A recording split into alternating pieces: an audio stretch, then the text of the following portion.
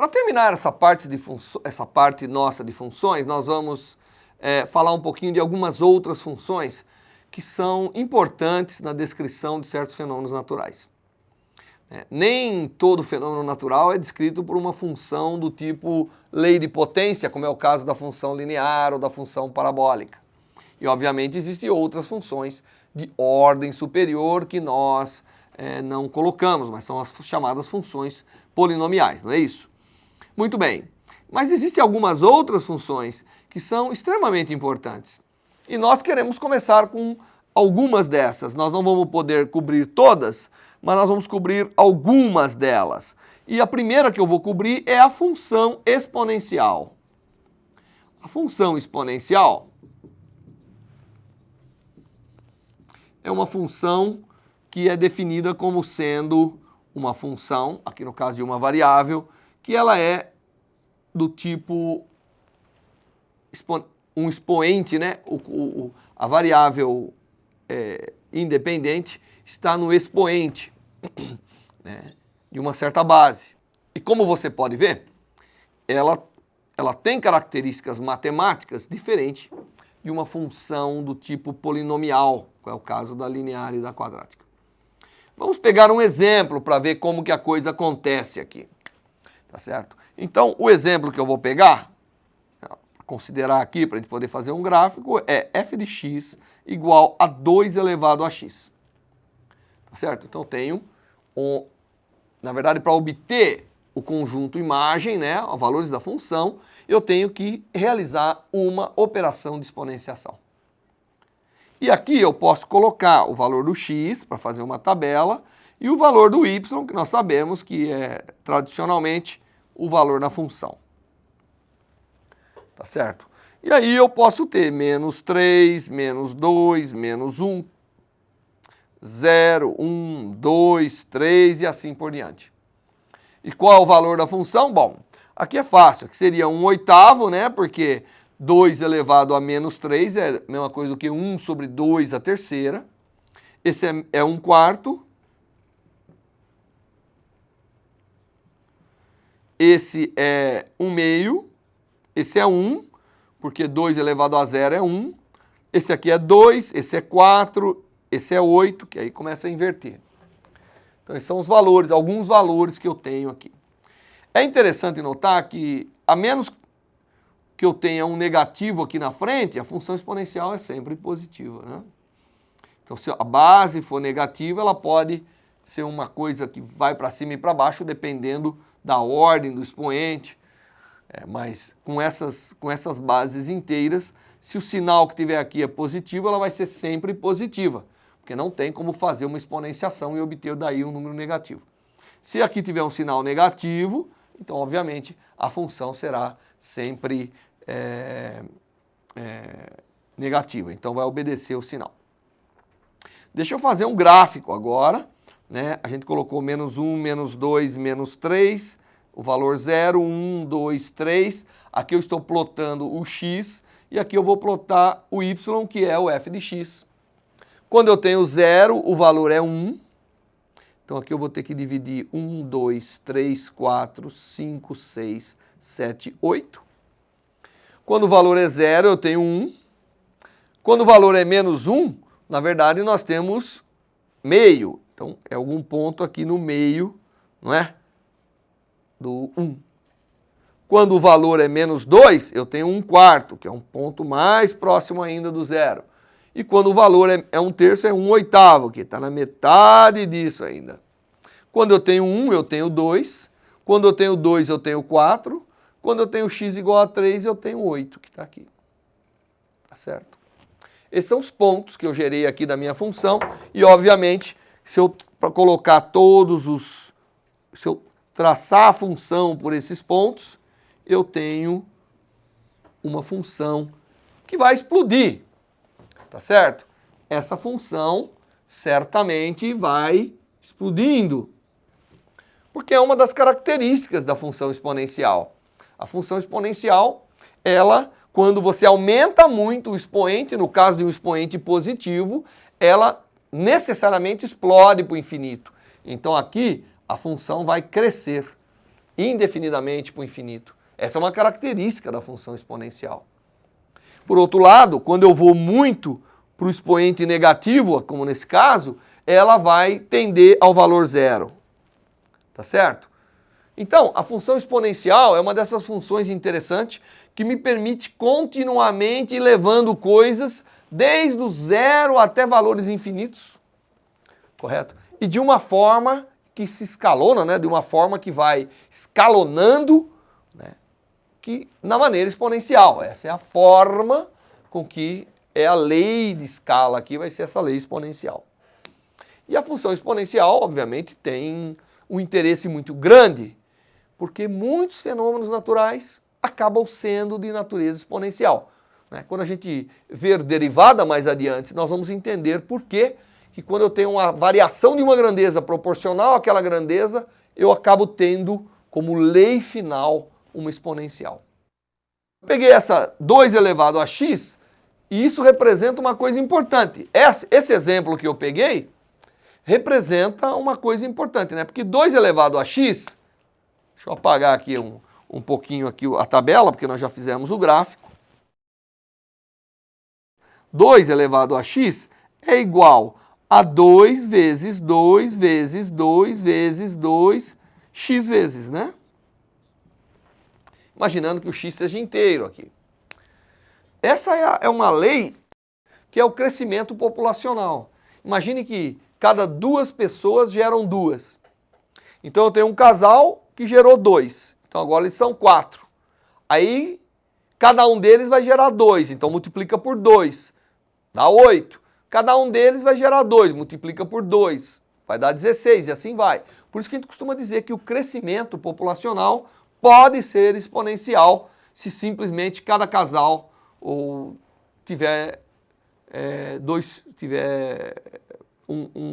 reproduzir um casal de filhos. Ou, no caso de multiplicação celular, que é um fenômeno importante em ciência, uma célula dá origem a 2. Agora, cada uma dessas dá origem a outra 2. Então, o crescimento, e mais importante ainda, é o crescimento de micro-organismos. Quando você pega, você se contamina, cada micro-organismo se divide, pode se multiplicar. Então, um multiplica em 2, aí cada um vai se multiplicar em 2 em 2. O que acontece? Você tem um crescimento exponencial. É por isso que infecções conseguem se estabelecer nos organismos vivos de forma muito rápida, né? Porque elas obedecem funções de crescimento que são dessa natureza. Então a função exponencial é uma função muito importante, né? E ela será usada como uma linguagem matemática de extrema valia para a descrição de certos fenômenos naturais. Em especial, dentro das funções exponenciais, nós temos uma classe, uma base, que é uma base que é muito considerada, né? Aliás, antes de eu falar nisso, deixa eu considerar o oposto. Nós fizemos 2 elevado a x, mas se eu tivesse feito meio elevado a x, todo mundo já consegue adivinhar que o gráfico seria oposto, seria algo assim, não é? Se eu tivesse feito aquele lá, vinha do zero e ia embora. Agora, como a base é maior que 1 que está no denominador, quando o x for muito grande, eu vou dividir 1 por um número muito, muito grande que vai dar zero. Então, quando x é grande, agora tende a zero, e quando x vai para o negativo, é que isso aqui explode para o infinito.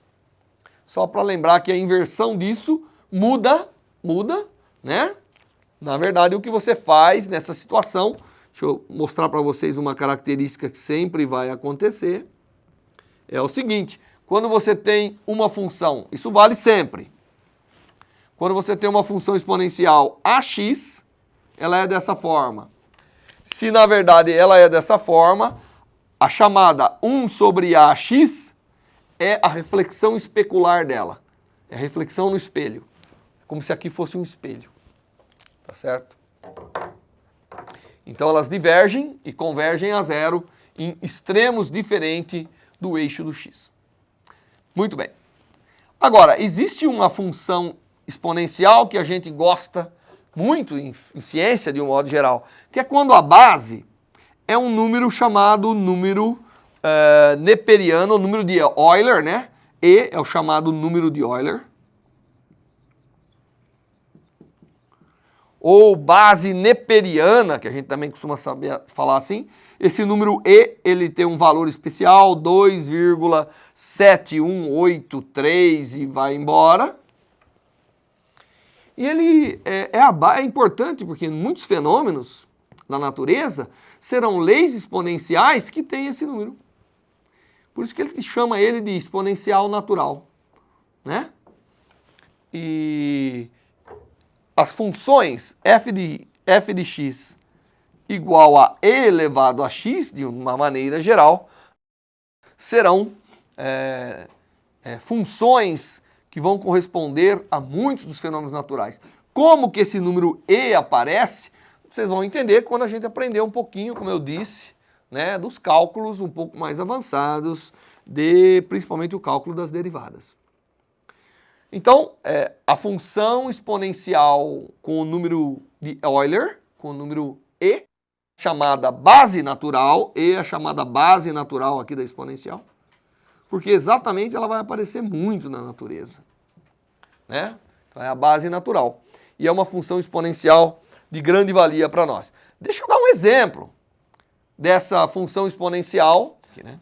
F de x é igual a e elevado a x, com e dado por esse número. Deixa eu dar um exemplo, que é um exemplo que está presente no nosso universo, de um modo geral, que é o chamado decaimento radioativo.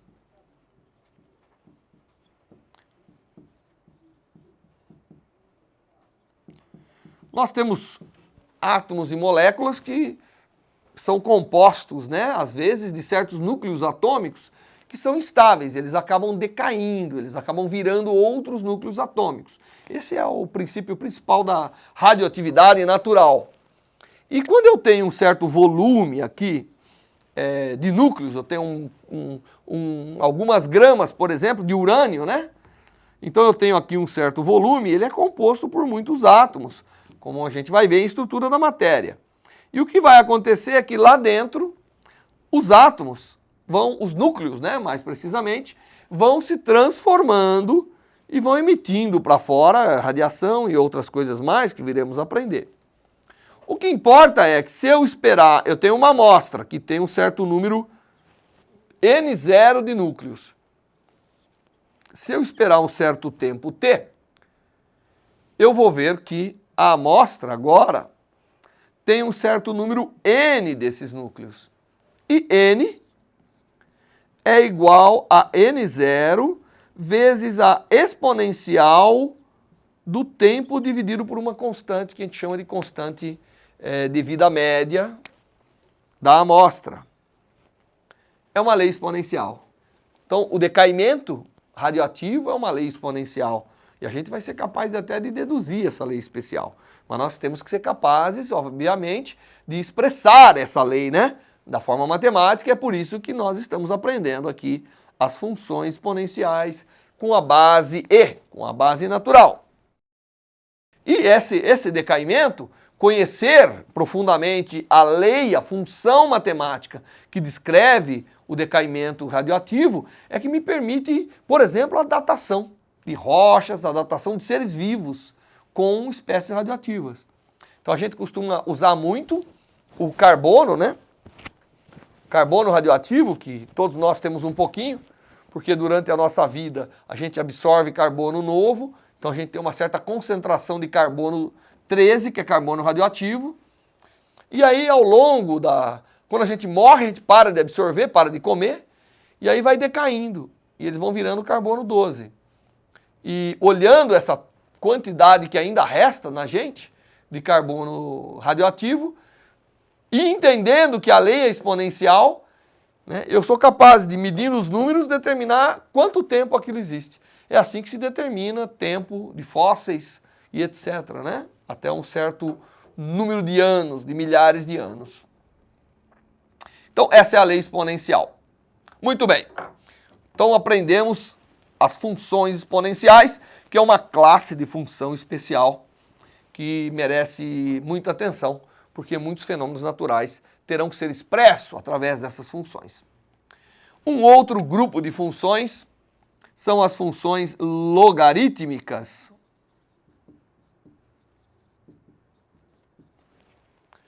As funções logarítmicas são funções que nós também temos que prestar atenção. Mas antes de falar das funções logarítmicas, eu tenho que falar um pouquinho para você do que é um logaritmo, né? Então, vamos imaginar a seguinte situação. Eu tenho um número b que elevado a x dá a. Essa é uma expressão matemática, é uma espécie de equação. E então, se isso é uma verdade matemática, eu posso dizer para vocês que uma forma de escrever x é dizer que x é igual ao logaritmo, e a gente abrevia dessa forma, não é isso? De a na base b. Então, escrever logaritmo é o inverso da exponencial. Tá certo? Então, a definição do logaritmo, quando eu digo que uma coisa é o logaritmo de a na base b, significa que b elevado a esse número dá a. É assim que a gente utiliza logaritmo. Essa é uma maneira importante de expressar números e funções, porque vocês vão ver que em algumas situações é a melhor maneira de lidar com grandes números, dentre outras coisas, né? Então, essa é a definição do logaritmo. Quando eu tenho essa expressão matemática, eu posso dizer que x é o logaritmo de a na base b. E aí, então, você já vê claramente que se x igual a 0, é porque a igual a 1. Então, daqui eu já sei que o logaritmo de 1 em qualquer base é 0.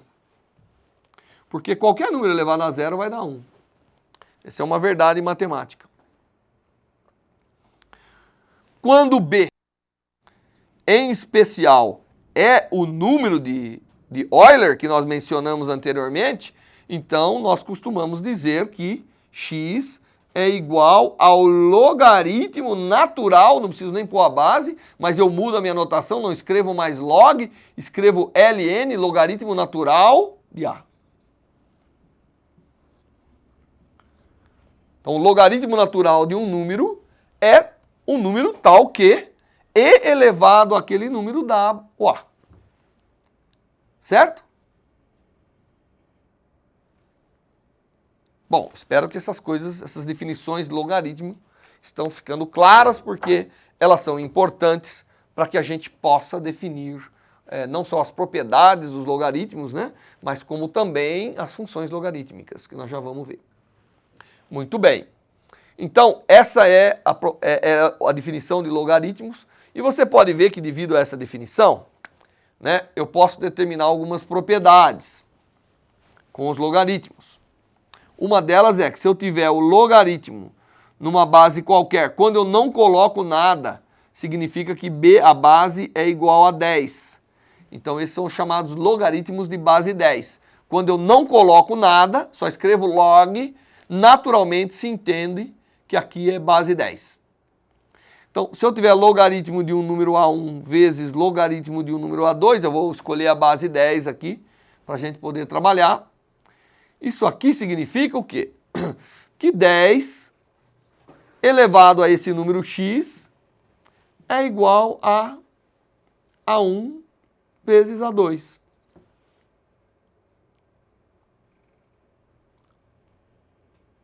Mas eu posso,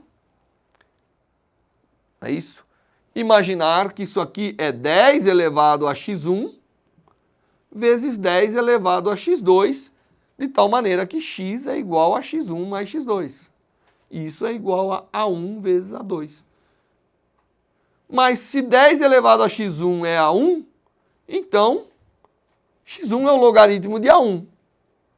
E 10 elevado a x2 é igual a 2, então x2 é o logaritmo de A2. Portanto, o logaritmo de A1 vezes A2, que é x, é também igual ao logaritmo de A1 mais o logaritmo de A2.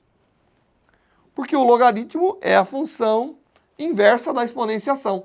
E, na verdade, na exponenciação, quando eu multiplico, potências de mesma base, eu somo os expoentes. Portanto, o logaritmo do produto é a soma dos logaritmos. Essa é uma propriedade importante dos logaritmos que a gente acaba usando constantemente numa série de situações. Da mesma forma, você pode demonstrar aí, como atividade, que o logaritmo do quociente da divisão é a diferença dos logaritmos. Em qualquer base isso, viu? Não é necessariamente na base decimal. Qualquer base que você considere, isso aqui é uma verdade. É outra propriedade dos logaritmos. Porque exatamente quando você divide potências, você subtrai os expoentes, né? Essa é a consequência disso. E também você pode demonstrar que o logaritmo de A elevado a um alfa é alfa vezes o logaritmo de A. Exatamente da mesma forma, porque quando você leva um número, uma potência a um certo outro expoente, os expoentes se multiplicam. Então é por isso que o expoente acaba multiplicando o valor do logaritmo. Essas são propriedades importantes que a gente tem que saber de alguma maneira ou de outra para poder lidar com os logaritmos e, evidentemente, com as funções logarítmicas. Bom, uma vez que a gente recordou e sabe o que são os logaritmos, deixa eu definir para vocês a função logarítmica. Uma função logarítmica vai ser a f de x, tal que ela é definida como o logaritmo de x na base b qualquer. Essa é uma função especial também importante para a gente, né? E como que é o gráfico da função logarítmica? Vamos olhar aqui. Vamos imaginar um exemplo que aqui seja base 10, tá certo? Então essa é a definição de uma função logarítmica. Agora, eu vou pegar como exemplo que o f de x é simplesmente o logaritmo de x. Quer dizer, como eu não coloquei nada, você já está entendendo que é na base 10. Como que é essa função? Lembre-se que o exponencial é uma função que nos ajuda a descrever fenômenos que têm aquele comportamento, né? Então vamos ver qual é o comportamento da função log de x. Bom, quando x é 1, o logaritmo é 0. Então eu vou fazer uma tabelinha aqui, ó. Xx é igual a 1, não é? X igual a 1. 1 representa 10 elevado a 0, portanto o logaritmo dá 0. Então, dá 0, exatamente. Então f de x igual a 0. Quando x igual a 10, o logaritmo, se eu botar 10 aqui, né? Então eu estou procurando um número que 10 elevado a esse número dá 10. Quem é? 1. Quando x igual a 100, o f de x é 2, porque eu estou procurando um número que 10 elevado àquele número dá 100, que é 2. E assim por diante.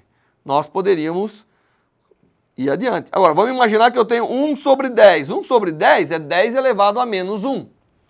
Então eu tenho 10 elevado a menos 1. Aí eu procuro 10 elevado a que número dá 10 elevado a menos 1? Menos 1. Então f de x é menos 1 e assim por diante. Então, você nota que se eu for fazer o gráfico aqui, aqui x. Então eu vou ter que colocar aqui x de uma forma, numa escala meio estranha, que eu vou chamar esse número de 10, esse número de 100, esse número de 1000. Não é isso? Desculpa, eu vou chamar 1, 10 e 100, porque são os números que eu tenho aqui. Logaritmo de 1 dá 0, então esse ponto sempre está aqui. Logaritmo de 10 dá 1. Logaritmo de 100 dá 2. E logaritmo de 0,1 dá menos 1. Então, na verdade, essa é uma curva que faz o seguinte. Ela vem, sobe, passa pelo 1, cruzando o eixo. Isso aqui seria, então, log de x, né? Versus x. Esse é o logaritmo. É interessante que, não existe logaritmo de número negativo, porque não tem nenhum número que elevado, né, que como expoente de uma base, dê um número negativo. Tá certo? Se essa base for positiva. Então, ele não vai invadir, x negativo não dá. Né? Então, não para aqui. Ele vem para o menos infinito aqui, mas ele não vai. Isso já nos dá uma ideia de por que o logaritmo é uma base importante, é uma função importante. Veja bem, eu queria expressar o número 100, e se eu expressar na forma logarítmica, eu só tenho que dizer que é 2. Não é? Se eu tivesse 1000, seria 3. Se eu tivesse 1 bilhão, seria 9. Então a gente começa a ver que o logaritmo é uma função extremamente importante para expressar grandes números. Essa é uma das coisas importantes da função logarítmica. Ela permite expressar grandes números de forma simples. Se eu tenho 10 elevado a n, com n qualquer que você queira aí, não é isso?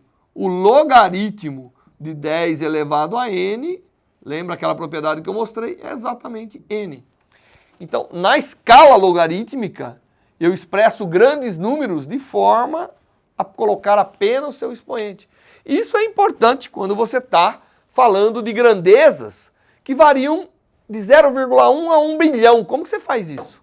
Como que você cria maneiras fáceis de você lidar com grandezas que variam desde escala muito pequenininha até escalas muito grandes? Expressar o número de células em órgãos, ou expressar o número de micro-organismos, expressar o número de átomos em determinados cristais, em determinados compostos, eu preciso criar matemática que me seja fácil, né, a tarefa de expressar números grandes. Aí a função logarítmica é muito boa. Então a função logarítmica nós não podemos deixar nunca de lado. Deixa eu fazer um exemplo aqui da função logarítmica.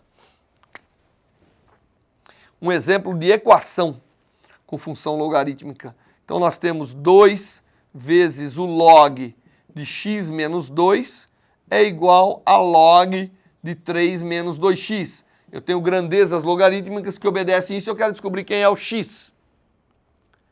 Obviamente, como não tem logaritmo de número negativo, eu tenho que lembrar que o domínio dessa função que eu representei aqui envolve que também não tem logaritmo de zero, não tem nenhum número, uma base que elevado a qualquer expoente dê zero, a não ser que seja infinito. Então vamos excluir o zero aqui. Então eu sei que esse número tem que ser positivo e o 3 menos 2x tem que ser positivo também. Isso significa que o x é maior que 2 e dessa segunda equação, x tem que ser menor do que 3 meios.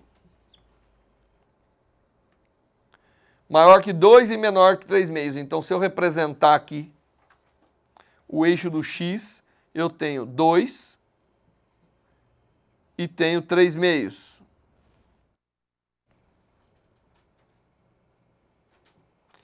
Ele está me dizendo que o x tem que estar menor aqui e aqui. Agora, tinha que estar simultaneamente aqui e aqui. Portanto, isso aqui não tem solução.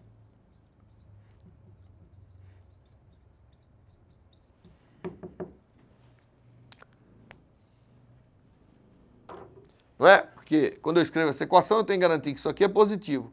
Para garantir que isso aqui é positivo, eu tenho que ter x de alguma maneira menor do que 3 meios. Ele pode até ser negativo, mas tem que ser menor que 3 meios. E para que isso aqui seja positivo, o x tem que ser maior que 2. Então, ele não pode ser simultaneamente maior que 2 e menor que 3 meios. Então, não dá para ter solução dessa equação, tá certo? Quando nós temos funções logarítmicas, nós temos que prestar um pouco de atenção ao domínio de validade da função. Né? Ela é uma função que vai dos reais nos reais também, porém, o domínio é um domínio especial. Né? Como essa função, logaritmo de x, ela tem como domínio os reais positivos. Não pode ser negativo. Isso é uma coisa importante. Muito bem, finalmente, dentro do que nós consideramos aqui funções especiais e que vão ser muito úteis para nós, nós queremos considerar as funções trigonométricas.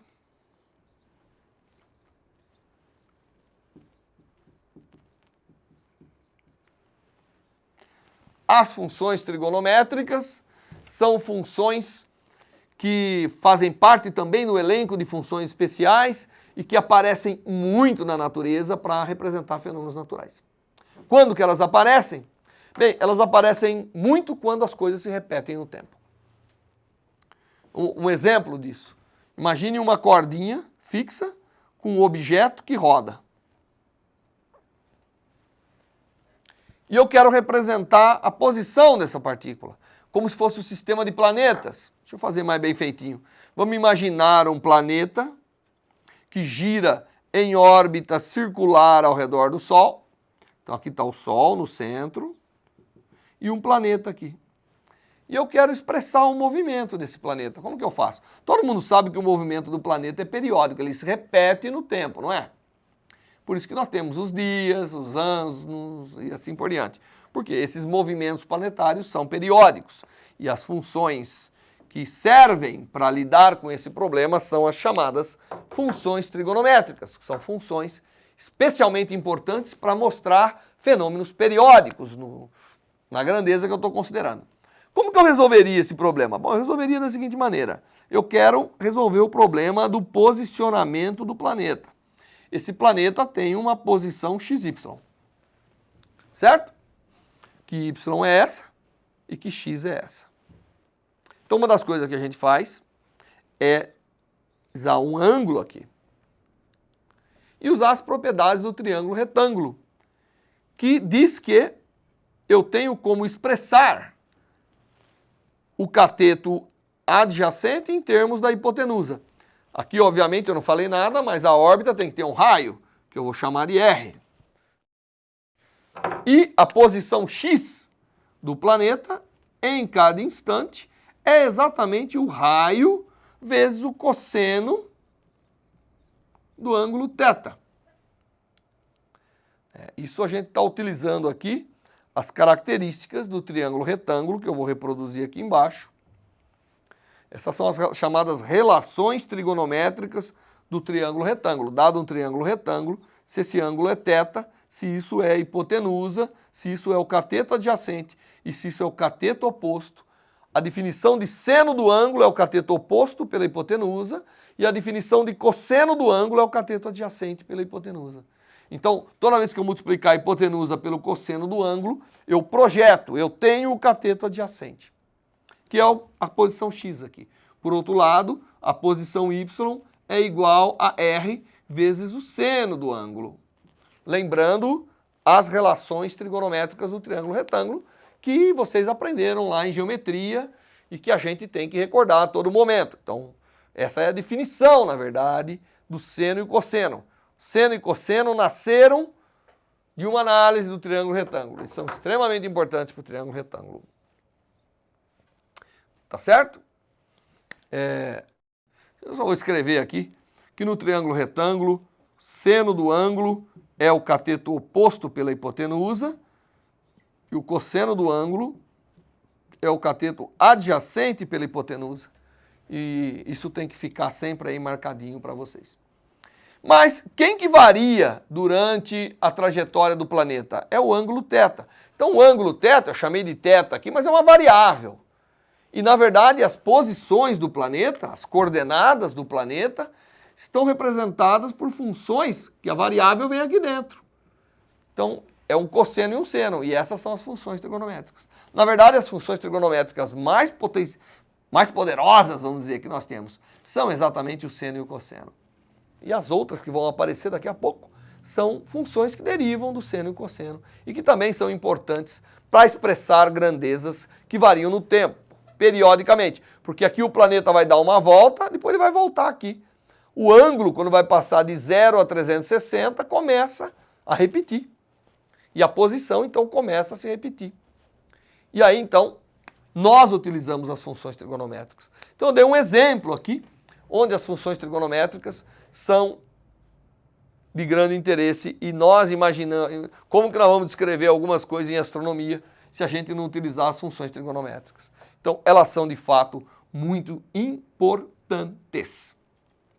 Certo? Então, deixa eu generalizar agora. Eu mostrei um exemplo da onde nasce a importância, por exemplo, do uso das funções trigonométricas. Agora, deixa eu analisar a função trigonométrica, mas do ponto de vista formal de função que a gente estava vendo até agora. Então, na verdade, eu tenho uma função f de x que é igual a cosseno de x. Obviamente, cosseno só existe de ângulo. Então, a minha variável x aqui, no caso, é um ângulo. Essa é uma função trigonométrica. E nós sabemos que a função cosseno, ela varia de menos 1 a mais 1, dependendo do valor do ângulo. Não é isso? Então, eu não estou dando aqui uma aula de trigonometria, mas só lembrando as funções trigonométricas. E se eu representar aqui como função de x, a função trigonométrica f de x igual a cosseno de x, todo mundo sabe que quando o valor do ângulo é 0, o cosseno vale 1. Então, esse número aqui vai ser 1. Aqui eu vou colocar menos 1. E essa função tem que estar limitada entre 1 e menos 1. Quando eu tenho quando o valor do x é π sobre 2, ela vale 0. Quando é π, vai valer menos 1. Quando é 3 meios de π. E quando é 2π, estendeu um pouco o meu eixo, ela voltou a ser 1. Então, na verdade, a função trigonométrica que eu estou representando aqui, ela tem este comportamento. E a partir do 2π, ela vai continuar a variar periodicamente, como função do x aqui, que é um ângulo, né? Só tem cosseno e seno de ângulo. Não existe cosseno e seno de números.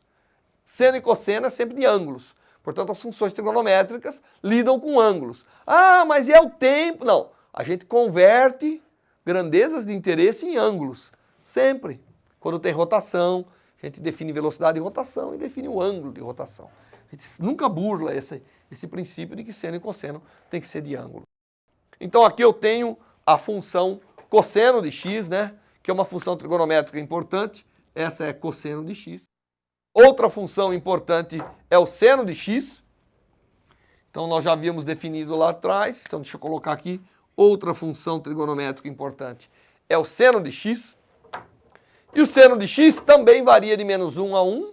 Só que o seno, se você lembrar lá nos conceitos de trigonometria, o seno de 0 é 0. E o seno de π sobre 2, que é 90 graus, é 1. Então, na verdade, o seno tem uma variação diferente. Se isso aqui é a função cosseno, a função seno, ela na verdade faz assim. Sai do 0, atinge o 1. Quando eu chegar em π, ela volta a ser 0. E, obviamente, vai continuar fazendo assim.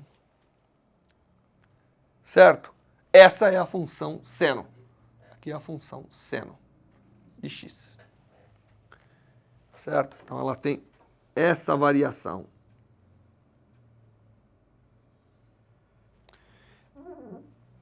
A gente recomenda que vocês façam uma revisão boa sobre trigonometria para poder entender melhor as funções trigonométricas, né? Porque agora a gente vai utilizar os conceitos de seno e cosseno na trigonometria para expressar aqui as funções trigonométricas de uma forma bem geral, representando grandezas, né, da natureza que são importantes.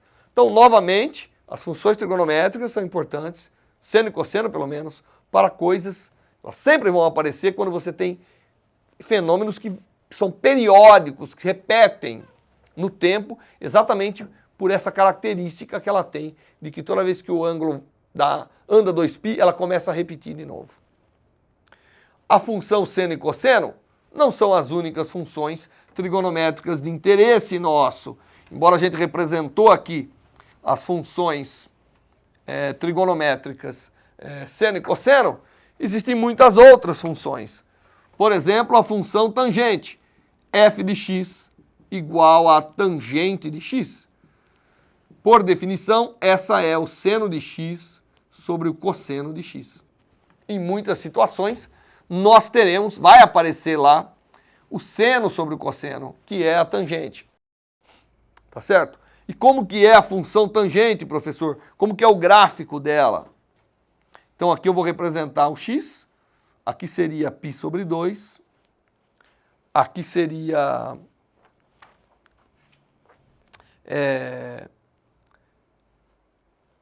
π, aqui seria 3 meios de π, e aqui, deixa eu esticar um pouquinho mais, aqui seria 2π. Tá certo? Deixa eu passar aqui uma reta aqui.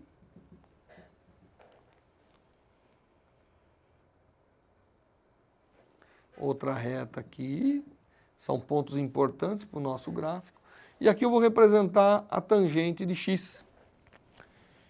E essa função, quando for zero, o seno é zero, o cosseno é 1, ela sai daqui. Quando for π sobre 2, o seno é 1 e o cosseno é 0. Qualquer número dividindo por coisa próxima de zero vai para o infinito. Então essa função, ela na verdade explode para o infinito aqui. Aí ela volta do infinito aqui. Passa por esse valor, cresce de novo para lá. Passa por aqui, vai para cá. Ela também é periódica. Não é? Você vê, ela repete o seu valor. Só que ela passa por divergências. Passa por valores infinitos. Não é? Tem fenômenos físicos, quando essas divergências aparecem, terão muitos. Fenômenos físicos, quando essas divergências vão aparecer sim. Tá ok? Claro que eu posso sempre ter o lado negativo também dessas funções trigonométricas. Então a função tangente de x é uma função importante, é uma função trigonométrica. Eu diria, depois do seno e cosseno, ela é a função trigonométrica mais importante. E tem outras? Claro, tem muitas. As outras, que são um pouco menos importantes, mas não tão menos importantes, é a função secante de x. Então nós temos f de x igual a secante de x. Isso é, por definição, 1 sobre o cosseno de x. Nós temos uma outra função, que é a função cossecante de x, que é, por definição, 1 sobre o seno de x. Não é? E aí nós temos combinações dessas funções, dando outras funções trigonométricas importantes. Sempre nós temos que recordar que as funções trigonométricas são para ângulos e elas nascem lá do conceito básico de trigonometria. E elas vão ser muito úteis para expressar fenômenos periódicos.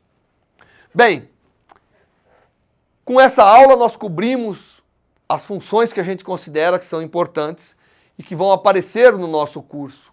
A partir da próxima aula nós vamos ver um conceito um pouco diferente, que é o conceito de limite. Porque agora nós vamos ter que aprender não apenas a usar as funções, mas a lidar com essas funções quando essas variáveis sofrem pequenas variações. Tanto é que a gente chama às vezes cálculo das variações, que dá origem ao cálculo das derivadas e ao cálculo das integrais. Bom, não esqueça, tem que praticar muito com as funções especiais, exponencial, logarítmica e, em particular, as trigonométricas, para que a gente possa entender bem os fenômenos naturais. Até lá!